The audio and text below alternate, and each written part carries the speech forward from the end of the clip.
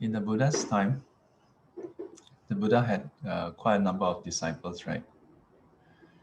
Uh, Before the Buddha attained enlightenment, the Buddha trained under two teachers to learn meditation, Alara and Udaka. The Buddha was an excellent student.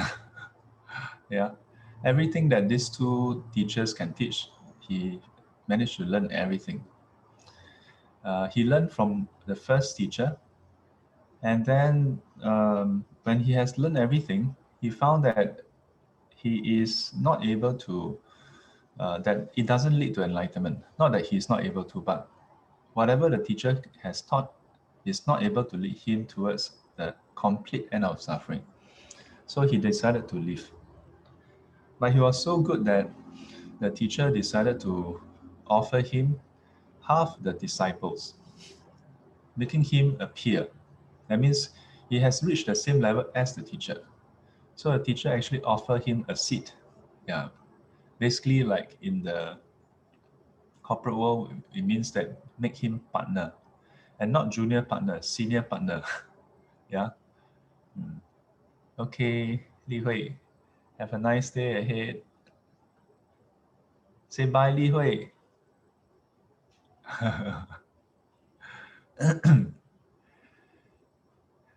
so he declined because his purpose was not to have disciples. His purpose was to find the end of suffering. So he left. To the second teacher, he learned again.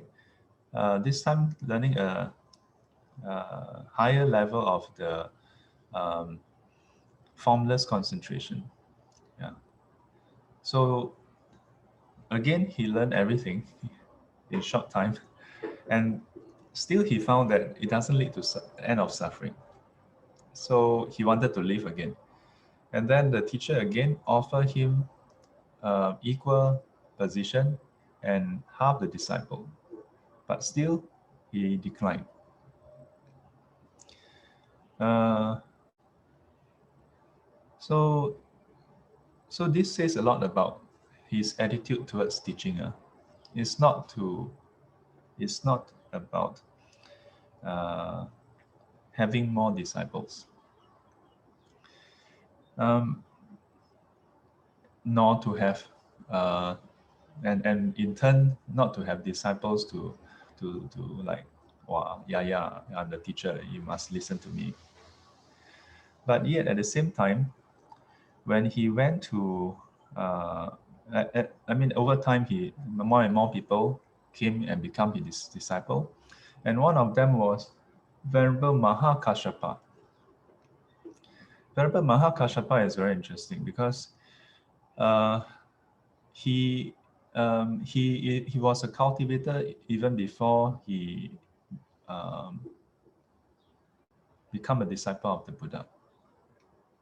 And he was actually older than the Buddha. Yeah. And even until today, people tend to respect those who are older. In fact, our honorific, our salutation, venerable, means an elderly one. So I remember many years back when when when when I was at an interfaith dialogue, and there was I think it was a Christian priest. When he asked me like, so what's your name? I said, oh, I'm so, like, introduce each other. So I said, I'm Venerable Chuan. So he looked at me, not with contempt, but with curiosity, like, why are you called a venerable? Yeah, you look so young. Yeah, then it occurred to me that we have used this term quite, but it's not the common usage. Yeah, but in the Buddhist tradition, whether someone is an elder is not by the age, not by the physical age. It's by the number of years the person have been ordained. Yeah.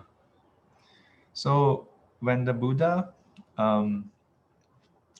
went to Venerable Mahakashapa's hometown, all the villagers in his hometown, in Venerable Mahakashapa's hometown, came to receive them, yeah, or those who came to receive them rather.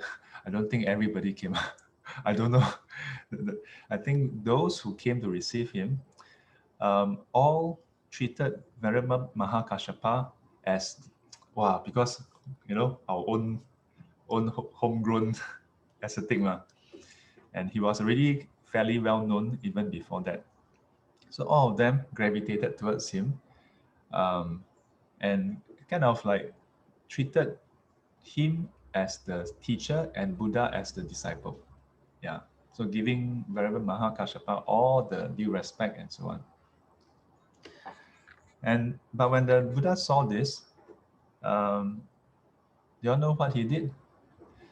The Buddha, by right, no self, right? So shouldn't even have any thoughts, right? But the Buddha actually, in the sutra, it says that the Buddha noted that, and then actually asked Venerable Mahakashapa a question. In the Buddha's dispensation, in the Buddha's teaching, like how does the disciple honor the teacher? Yeah. How does a junior honor a senior in that sense? Yeah. So Venerable Mahakashapa, knowing what the Buddha meant, then immediately paid respect to the Buddha. And in this way, the villagers know, this is actually the teacher. So why did the Buddha do that? The Buddha do that because if not, they would not take heed towards the Buddha's words. Disciple ma, I listen to you for what? And it will not be to their benefit. Yeah. In fact, it will be detrimental to them. In the Sangha itself, all Sangha, but we observe that also. Those who are senior to us. In fact, sometimes when I meet some venerables and I bow down to them, then their reaction is like they feel a bit, how do I put it? Or some people like ask me like, why do I bow down to that venerable? Yeah, and regardless of where that place is. And my reply is always, because he's a senior. Yeah. Because he's a senior. Doesn't matter whether that venerable give Dhamma talk or don't give Dhamma talk, whether that venerable, I know him or not, as long as he's a senior, I bow down to him. Yeah. Or if I should even say, whether I like him or not, doesn't matter. Yeah. We still bow down to them. Why? Because this is the Buddha's teaching. And for what purpose? Yeah. Because we respect the person for ordaining earlier. Simply as that.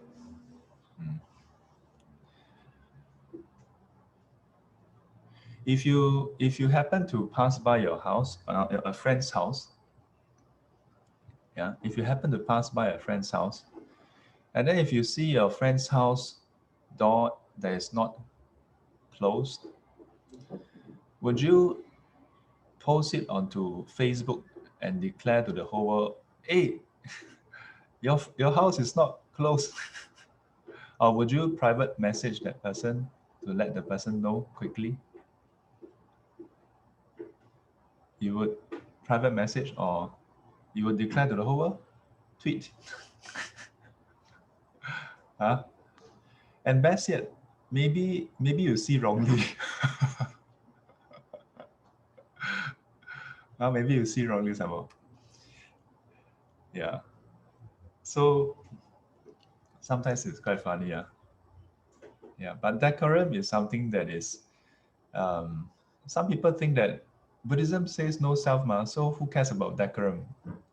Yeah, but decorum plays a part in the teachings. Yeah. There are actually a lot of rules on decorum. Yeah, there's actually a lot of rules on decorum. And the purpose is not about ego. The purpose is because uh, if there's no minimum amount of that veneration towards the person who is um, expounding teachings, then you cannot possibly have faith. I mean, the two come together. Yeah. So, not to mention, to be rude or to be what I call it, to be rude or to be impudent. Even paying respect. In the Bodhisattva vows, it says, if there's a Dhamma talk and the speaker is giving teachings and you don't pay respect, no offense, no transgression. And why? In view that if you pay respect, it may distract the speaker. Yeah, inside the Bodhisattva vows. So interesting, huh? So even though your thought is, out of kindness, you want to, or out of veneration, you want to pay respect, but it says if you know that it can distract the speaker, then you don't pay respect. No offense.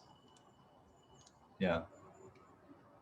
Much more if you say something or do something that, how do I put it, that is not even paying respect. Yeah. I tend to not really highlight on decorum, but I realize common sense is not so common. So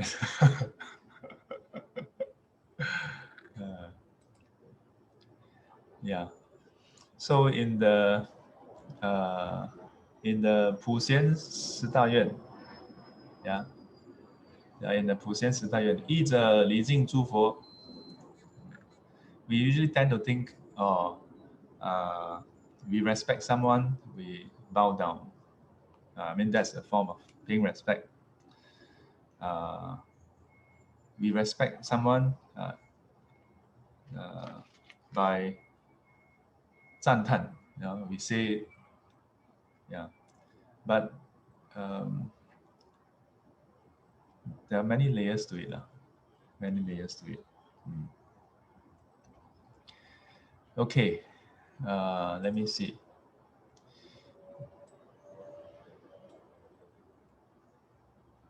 Every morning, this one done. How can we tell if we have no more craving towards something?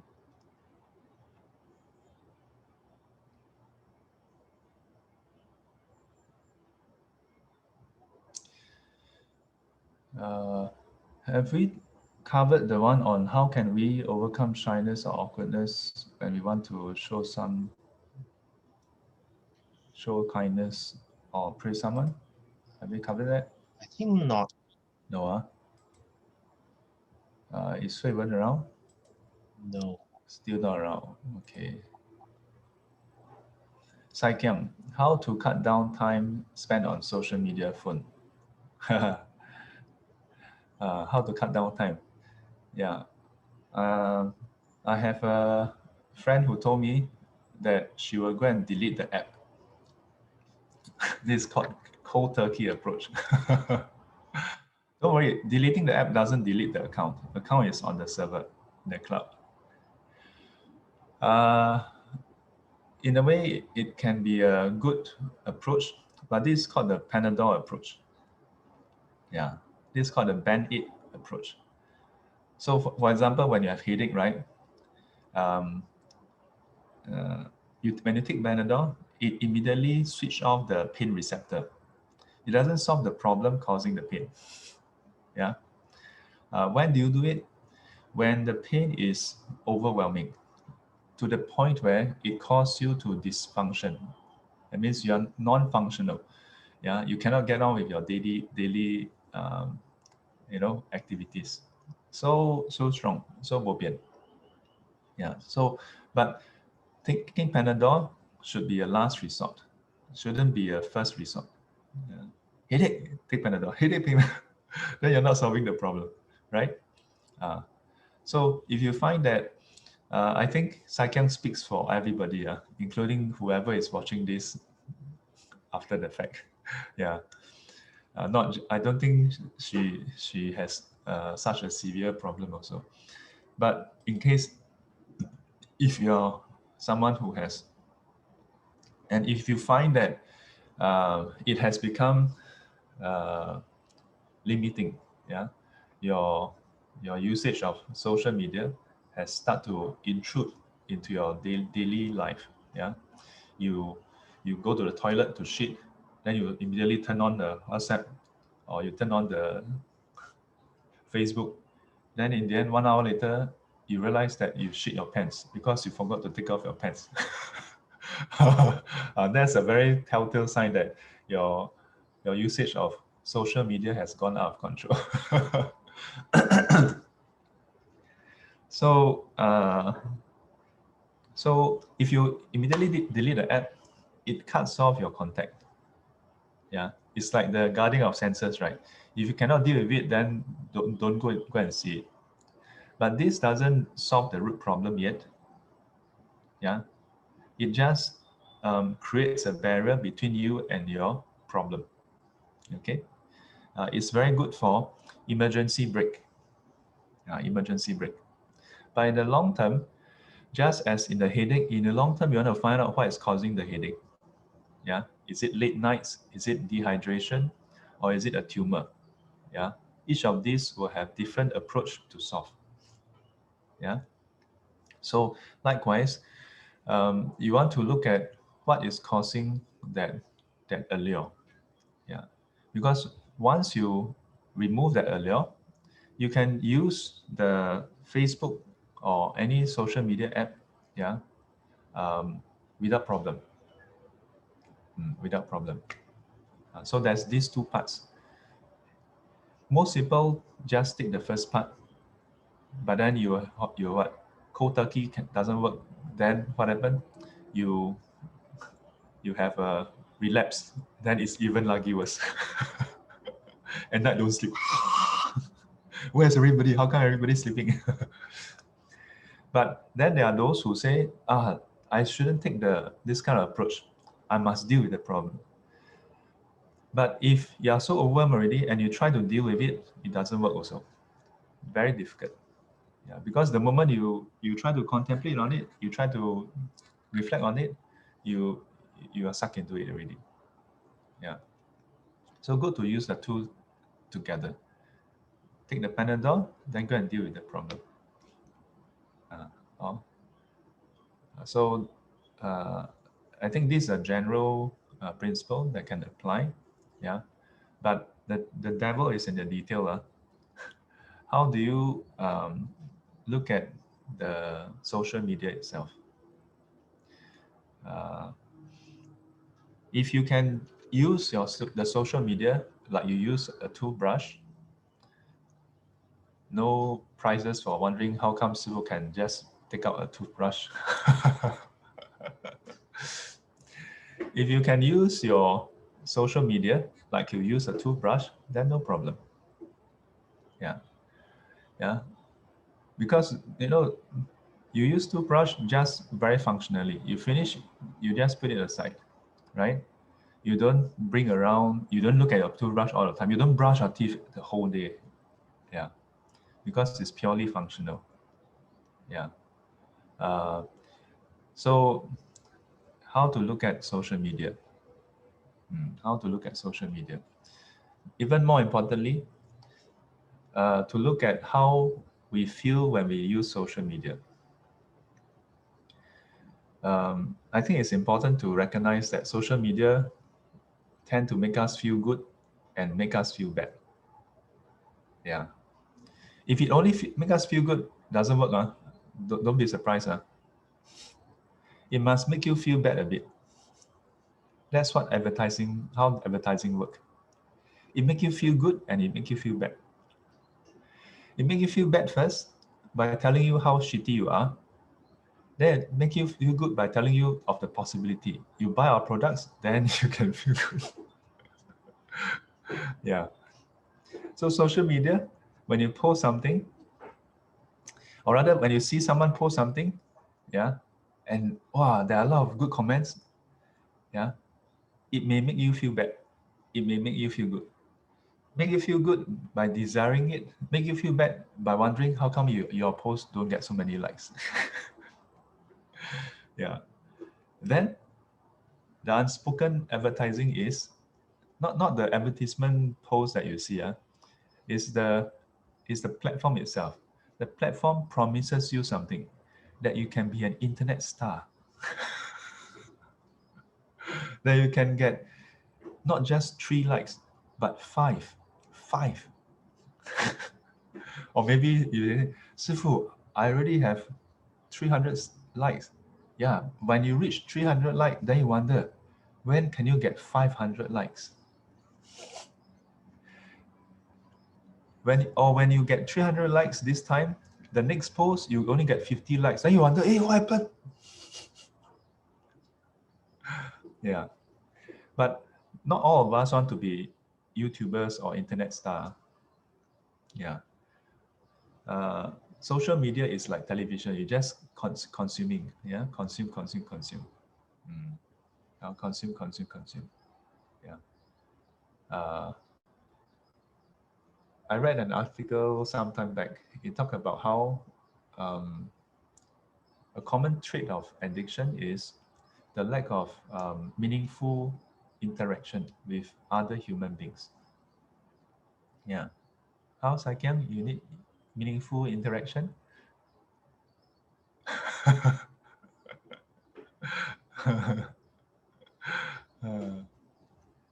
Yeah, but I think Saikyam speaks for many people.